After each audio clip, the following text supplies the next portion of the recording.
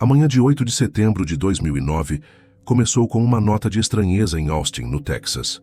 Na mercearia H&B, os colegas de trabalho de Jessica Callaher, uma gerente de 27 anos, notaram sua ausência. Jessica era a personificação da responsabilidade. Ela nunca se atrasava e muito menos faltava sem avisar. Preocupada, uma de suas colegas telefonou para a prima e melhor amiga de Jessica, Melanie. A notícia de que Jessica não havia aparecido para o seu turno foi o primeiro alarme a soar. Uma anomalia que imediatamente gerou um sentimento de inquietação. Melanie começou a fazer ligações, mas cada pessoa que atendia confirmava o mesmo. Ninguém tinha notícias de Jessica desde a noite anterior. A preocupação de Melanie se transformou em um medo profundo. Ela sentia que algo estava terrivelmente errado. A próxima ligação foi para seu irmão John, que por coincidência dividia um apartamento com Jessica. John, um policial que havia iniciado seu turno às 5h30 da manhã, também não a tinha visto. Ele presumiu que ela estivesse dormindo em seu quarto e que seus horários simplesmente não se cruzaram. Agora alertado, ele dirigiu-se rapidamente para casa. Ao chegar, foi recebido por um dos cães de Jessica, que parecia visivelmente angustiado. O apartamento estava vazio, nenhuma cama desfeita, nenhum sinal de que ela tivesse retornado na noite anterior. Sem perder tempo, John contatou seus colegas na polícia e relatou oficialmente o desaparecimento de sua colega de apartamento. O procedimento inicial foi rastrear o sinal do celular de Jessica. O aparelho emitiu um ping perto da intersecção da rodovia federal 183 com a Walton Way, em Cedar Park. A área não era um local isolado, pelo contrário, era um centro comercial movimentado, repleto de lojas, restaurantes e um fluxo constante de veículos e pessoas.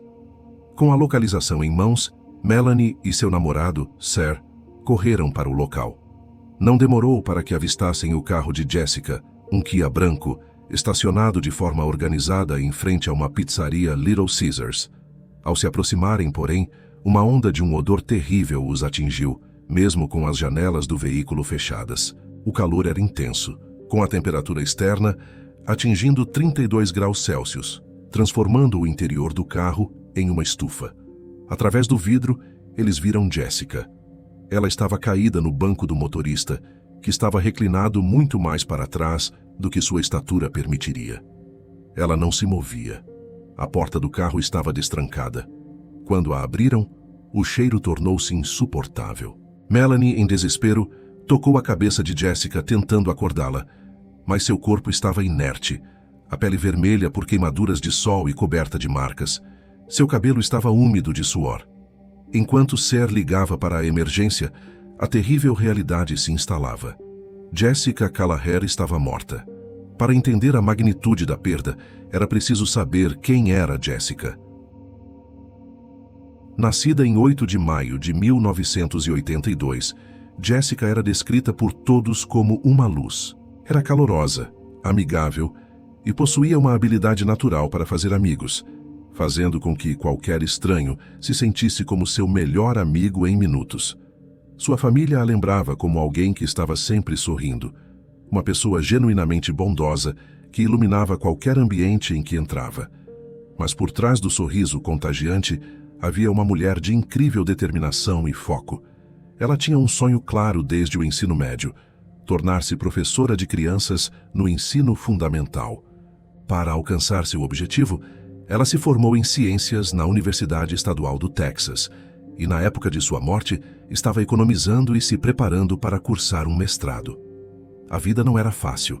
Para pagar os empréstimos estudantis e as contas, Jessica conciliava 2 empregos. Além de trabalhar como professora substituta, ela era gerente em uma mercearia, um testemunho de sua ética de trabalho incansável. Mesmo com uma agenda lotada e o estresse financeiro, ela mantinha uma perspectiva otimista, uma mentalidade de copo meio cheio. Sua família lembra de uma frase que ela escreveu uma vez: "Algum dia, tudo fará perfeito sentido. Ria da confusão, sorria através das lágrimas e continue se lembrando que tudo acontece por uma razão." Aos 27 anos, Jessica estava em um bom momento, com uma carreira promissora à sua frente e muitos sonhos a realizar. Ela amava seus 2 cães, Tacoma e Duke, e era extremamente próxima de sua prima Melanie, que era sua confidente e melhor amiga. A noite que precedeu a tragédia havia sido comum e feliz. Era 7 de setembro, feriado do Dia do Trabalho nos Estados Unidos. O dia estava quente e Jessica o passou com um grupo de amigos, incluindo Melanie, nadando em uma piscina e desfrutando de um churrasco. Mais tarde, o grupo foi a um restaurante e, em seguida, a um bar para jogar sinuca. Sendo a pessoa responsável que era, Jessica atuou como a motorista designada do grupo, garantindo que todos chegassem em casa em segurança. Ela bebeu pouco, consciente de que precisava trabalhar no dia seguinte e de que estava tentando economizar dinheiro. Pouco depois da meia-noite, ela começou a deixar os amigos em suas respectivas casas. Melanie foi a última a ser deixada, por volta de 1h30 da manhã. Percebendo o quão tarde era, Melanie sugeriu que Jessica dormisse em sua casa. Jessica, no entanto, recusou a oferta.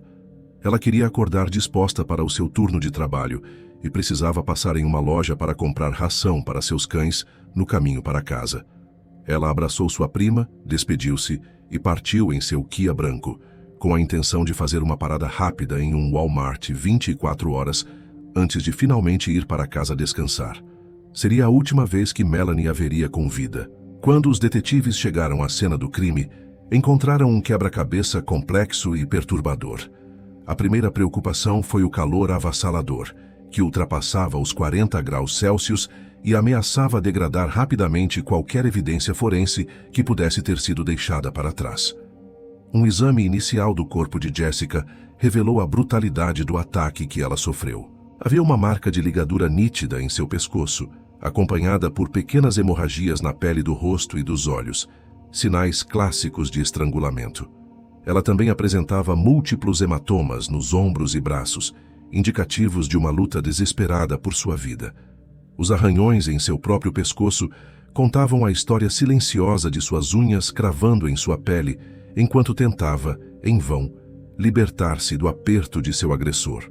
A autópsia confirmaria mais tarde que ela não foi apenas estrangulada, mas também violentamente agredida sexualmente. Dentro do Kia branco, os investigadores notaram que a carteira, os cartões de crédito e as chaves do carro de Jessica haviam desaparecido. Curiosamente, seu celular foi deixado para trás, assim como um grande saco de ração para cães no banco de trás do veículo. Este último item seria uma peça fundamental para a investigação. A polícia começou interrogando funcionários das lojas e restaurantes próximos. E foi então que o caso tomou um rumo ainda mais bizarro. Uma funcionária do restaurante em frente ao qual o carro estava estacionado fez uma declaração chocante. Ela tinha visto Jessica viva naquela manhã, horas depois do horário em que o ataque teria ocorrido. A testemunha relatou ter visto Jessica em 3 momentos distintos. Na primeira vez, ela estava dentro do carro completamente nua, movendo-se de forma confusa como se tentasse vestir um traje de banho. Pouco tempo depois, a funcionária viu Jessica novamente, desta vez sentada do lado de fora do carro, já com seu vestido branco simplesmente brincando com o cabelo. Na terceira e última vez, Jessica estava de volta ao carro, falando sozinha e fazendo gestos estranhos com as mãos. Outras testemunhas corroboraram essa descrição, afirmando terem visto Jessica agindo de maneira letárgica e errática. Ninguém, no entanto, se aproximou para oferecer ajuda, presumindo que ela estivesse sob a influência de álcool ou drogas. Essa teoria foi veementemente negada por Melanie, que garantiu à polícia que Jessica era totalmente sóbria e não usava drogas. A confirmação veio com o laudo toxicológico. Não havia vestígios de álcool, drogas ou medicamentos em seu sistema. Os investigadores estavam diante de um mistério. O que poderia ter causado um comportamento tão estranho em uma vítima de um crime tão violento? A resposta, eles esperavam, poderia estar nas horas que antecederam sua morte. O saco de ração tornou-se o foco. Sabendo que Jessica havia dito a Melanie que precisava comprar comida para seus cães e que havia um Walmart funcionando 24 horas por dia do outro lado da rua, os detetives solicitaram as fitas de segurança do supermercado. As câmeras revelaram a sequência de eventos com uma clareza arrepiante. A 1h39 da manhã, o Kia branco de Jessica entrou no estacionamento. Ela desceu do carro vestindo seu vestido branco e um boné de beisebol vermelho e entrou na loja sozinha. As imagens internas mostraram-na caminhando de forma perfeitamente normal, sem cambalear ou demonstrar qualquer comportamento errático. Ela foi diretamente ao corredor de alimentos para animais de estimação, pegou um saco grande de ração, pagou no caixa e saiu, sem interagir com ninguém. Até aquele ponto, tudo parecia normal. Mas no momento em que ela saiu da loja, a narrativa mudou drasticamente. Um homem alto vestindo uma camisa marrom e um boné de beisebol surgiu de repente, seguindo-a de perto. As câmeras mostraram que este homem havia chegado ao estacionamento em uma pequena caminhonete minutos antes de Jessica, estacionando deliberadamente longe do carro dela. Ele entrou no Walmart, foi direto ao banheiro e saiu no exato momento em que Jessica passava pelo caixa com o pesado saco de ração sobre o ombro. O homem acelerou o passo, quase correndo para alcançá-la no estacionamento. Foi nesse ponto que a investigação encontrou seu primeiro grande obstáculo. Para a frustração dos detetives, o carro de Jessica estava estacionado precisamente atrás de uma árvore grande, que bloqueava completamente a visão da câmera de segurança do estacionamento. Outra câmera, de qualidade muito inferior, conseguiu capturar o homem se aproximando do carro dela, mas ele desapareceu atrás do veículo e não foi mais visto. Apenas 1 minuto e 30 segundos depois, o carro de Jessica saiu da vaga e se afastou do Walmart. A dedução era clara. Ele a havia abordado e forçado a dirigir. A linha do tempo começou a se formar. Câmeras de outras lojas mostraram o Kia de Jessica chegando ao estacionamento final, perto do restaurante, às 2h52 da madrugada. Pouco depois, um homem saiu do carro, atravessou a rua de volta para o estacionamento do Walmart, entrou na mesma caminhonete que havia chegado antes e partiu em alta velocidade. Embora tivessem a sequência de eventos, a identidade do homem ainda era um mistério. A má qualidade das imagens não permitia uma identificação facial ou a leitura da placa da caminhonete. A pista decisiva veio dos cartões de crédito desaparecidos de Jessica. Os registros bancários mostraram que seu cartão de débito foi usado em um posto de gasolina da Exxon cerca de 20 minutos após seu carro ter sido abandonado.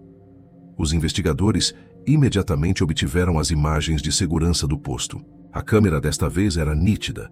Lá estava o mesmo homem do Walmart, usando o mesmo boné e a mesma camisa. E, mais importante, as câmeras capturaram claramente seu veículo, uma caminhonete vermelha. Com imagens claras do suspeito e de seu veículo, os detetives finalmente tinham um rosto para o predador. Eles divulgaram as fotos e o vídeo para a imprensa, pedindo a ajuda do público para identificar o homem responsável pela morte de Jessica Callaher. Agora, tudo o que podiam fazer era esperar que o telefone tocasse. A decisão de divulgar as imagens do suspeito provou ser o ponto de virada na investigação. Não demorou muito para que o telefone da delegacia tocasse. Do outro lado da linha estava uma mulher chamada Leslie, e a informação que ela forneceu foi crucial. Ela reconheceu o homem no vídeo. Com o coração pesado, ela disse aos policiais que acreditava que o suspeito era o melhor amigo de seu noivo, um homem de 37 anos, chamado Crispin Harrell. Leslie explicou que sua suspeita não se baseava apenas na semelhança física. Na noite do assassinato de Jessica, Crispin deveria ter passado em seu apartamento para pagar um dinheiro que devia, mas ele nunca apareceu, um comportamento que ela achou estranho na época. Quando ela viu o noticiário e o rosto dele estampado na tela, um sentimento terrível tomou conta dela. Fazer aquela ligação foi uma das coisas mais difíceis que ela já havia feito, pois Crispin era como parte da família, mas a imagem da jovem que perdeu a vida a compeliu a agir.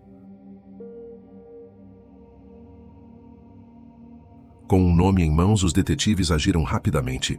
Ao pesquisar Crispin Harrell em seus sistemas, eles descobriram um detalhe de sorte. Apenas 3 semanas antes, ele havia sido parado em uma blitz de trânsito por dirigir com o registro do veículo vencido. Os policiais que realizaram a parada usavam câmeras corporais.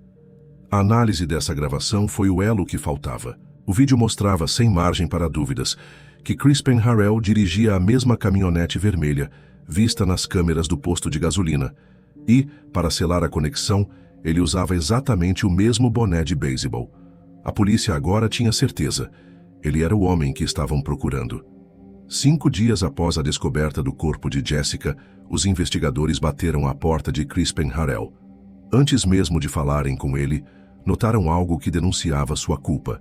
A caminhonete vermelha estava estacionada do lado de fora, mas sua aparência havia sido alterada. Partes que eram cromadas ou prateadas nas imagens de vigilância haviam sido recentemente pintadas de preto. Uma tentativa clara de disfarçar o veículo e obstruir a investigação.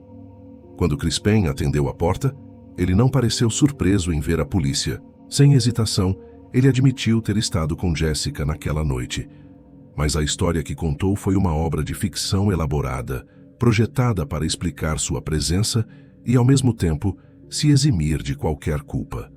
Crispin afirmou que ele e Jessica haviam se conhecido através de um site de encontros para adultos e que marcaram um encontro casual e consensual para aquela madrugada no Walmart. Segundo sua versão, eles se encontraram no estacionamento, entraram no carro dela e foram até um parque próximo, onde tiveram uma relação consensual. Ele continuou, dizendo que, na volta para o Walmart, eles conversaram e ele mencionou suas dificuldades financeiras. Comovida, Jessica teria voluntariamente lhe dado seu cartão de débito e anotado a senha na mão dele para que pudesse abastecer sua caminhonete. Finalmente, ele alegou que, ao saber da morte dela no dia seguinte, entrou em pânico. Com medo de ser injustamente implicado, ele jogou fora o cartão de débito dela e pintou partes de sua caminhonete para não ser associado ao crime. Ele contou sua história com uma confiança inabalável, mas os detetives sabiam que era uma teia de mentiras. Cada detalhe de sua narrativa era diretamente contraditado pela montanha de evidências que eles já haviam coletado. Primeiro, o horário. Ele disse que o encontro foi marcado entre 00:30 e 1 da manhã, mas as câmeras mostravam que ambos só chegaram ao Walmart muito depois desse horário. Segundo, a interação. Ele afirmou que eles se encontraram por acordo, mas as imagens internas da loja mostravam claramente que não houve qualquer tipo de interação ou reconhecimento entre eles. Pelo contrário, o vídeo mostrava ele a seguindo para fora da loja de forma predatória. O comportamento de Jessica, focada apenas em comprar a ração e sair, não era o de alguém que estava ali para um encontro secreto. A mentira mais flagrante era sobre o que aconteceu depois. Crispin disse que ela o deixou de volta no Walmart, mas as câmeras contavam uma história diferente, mostrando ele saindo sozinho do carro dela, no estacionamento final, e caminhando de volta para sua própria caminhonete. O carro de Jessica nunca mais se moveu daquele local. Além disso, o banco do motorista estava empurrado totalmente para trás, uma posição que impossibilitaria Jessica, com sua estatura, de alcançar os pedais, provando que ela não foi a última pessoa a dirigir o veículo. A investigação digital enterrou de vez sua história. Uma análise forense dos computadores e celulares de ambos não encontrou um único traço de comunicação entre Crispin e Jessica. Nenhuma mensagem, nenhuma ligação, nada. Jessica nunca havia sequer visitado o tal site de encontros que ele mencionou. Por outro lado, o histórico de busca de Crispin era incriminador. Poucas horas após o corpo de Jessica ser encontrado, ele já estava pesquisando o nome dela online, lendo artigos e vendo fotos sobre o assassinato. Os amigos e a família de Jessica também refutaram a alegação dele, insistindo que ela não era o tipo de pessoa que marcaria encontros com estranhos pela internet, especialmente no meio da noite. Ela era um livro aberto, e se estivesse indo encontrar alguém que não conhecia, teria garantido que seus amigos soubessem onde e com quem ela estava. A narrativa de Crispin estava desmoronando. No momento em que os detetives o confrontaram com as provas concretas, com a verdade capturada pelas câmeras de segurança, sua fachada de confiança ruiu. Ele imediatamente parou de responder às perguntas, invocou seu direito de permanecer em silêncio e pediu um advogado. A polícia tinha seu assassino, mas ele não confessaria. Apesar da riqueza de evidências circunstanciais, os investigadores enfrentaram um obstáculo legal significativo que os impedia de acusar Crispin Harrell de assassinato imediatamente. O problema era o hiato de várias horas entre o ataque e a morte de Jessica. Como poderiam provar em um tribunal, para além de qualquer dúvida razoável, que o estrangulamento cometido por Crispin foi a causa direta de uma morte que ocorreu tanto tempo depois, enquanto a vítima era vista viva e andando. Casos como o dela eram extremamente raros, e a ciência médica convencional na época tinha poucas respostas documentadas para esse fenômeno. A promotoria temia que um júri não conseguisse conectar os pontos, resultando em uma absolvição. Sem uma confissão, o caso de assassinato estava em uma posição precária. No entanto, a polícia não podia permitir que um predador tão perigoso ficasse livre. Eles encontraram uma solução temporária. Com a própria admissão de Crispin de que havia pintado sua caminhonete e se desfeito do cartão de débito de Jessica, eles tinham provas irrefutáveis para uma acusação de adulteração de evidências. Em maio de 2010, Crispin se declarou culpado dessa acusação e foi sentenciado a 10 anos de prisão. Embora não fosse a justiça que a família de Jessica merecia, a sentença garantia que ele estaria atrás das grades, enquanto os detetives, incansáveis, continuavam a procurar a peça que faltava no quebra-cabeça. Por anos, o caso de assassinato permaneceu aberto. Os investigadores revisitavam as evidências repetidamente, até que, em 2013, encontraram um artigo científico que mudaria tudo. O artigo, escrito por um professor da Faculdade de Medicina da Universidade de Indiana, descrevia um fenômeno conhecido como morte tardia por estrangulamento. A ciência por trás disso era a chave que destravava todo o mistério do comportamento de Jessica. O estrangulamento, mesmo que não fatal instantaneamente, causa uma interrupção crítica do fluxo de sangue oxigenado para o cérebro. Em questão de segundos, as células cerebrais começam a morrer. As primeiras funções a serem perdidas são as superiores, como personalidade, memória e raciocínio, enquanto o tronco cerebral, que controla funções vitais como respiração e batimentos cardíacos, é a última parte a morrer. Isso explicava perfeitamente o que as testemunhas viram. Crispin estrangulou Jessica até o ponto em que ele acreditou que ela estava morta, mas ela estava, na verdade, inconsciente e com danos cerebrais severos. Quando ela acordou, seu cérebro cognitivo já não funcionava. Ela não sabia onde estava, o que estava acontecendo ou como pedir ajuda. Estava presa em um estado de confusão total, incapaz de usar o telefone ou se comunicar. Essa condição, combinada com a hipertermia severa, insolação, que sofreu ao ficar presa dentro do carro sob o sol escaldante, criou uma situação fatal. A ciência finalmente forneceu a ligação direta e irrefutável entre o ato de Crispin e a morte de Jessica. Armados com este novo e poderoso entendimento médico, os promotores finalmente acusaram Crispin Harrell de homicídio qualificado em maio de 2013. O primeiro julgamento começou em 2014, mas terminou abruptamente em um mistrial, anulação do julgamento. A anulação ocorreu devido a uma falha processual. A promotoria havia usado um software para adicionar marcações de tempo às gravações de segurança que originalmente não as possuíam, e não forneceu cópias dessas novas versões à defesa, o que foi considerado uma violação dos direitos do réu. Foi um revés frustrante para todos os envolvidos, especialmente para a família de Jessica, que viu a justiça ser adiada mais uma vez. A promotoria, no entanto, não desistiu. Um novo julgamento foi marcado e finalmente ocorreu na primavera de 2018, quase uma década após a morte de Jessica. Durante o julgamento, a defesa de Crispin focou na ausência de provas de DNA que o ligassem diretamente à vítima.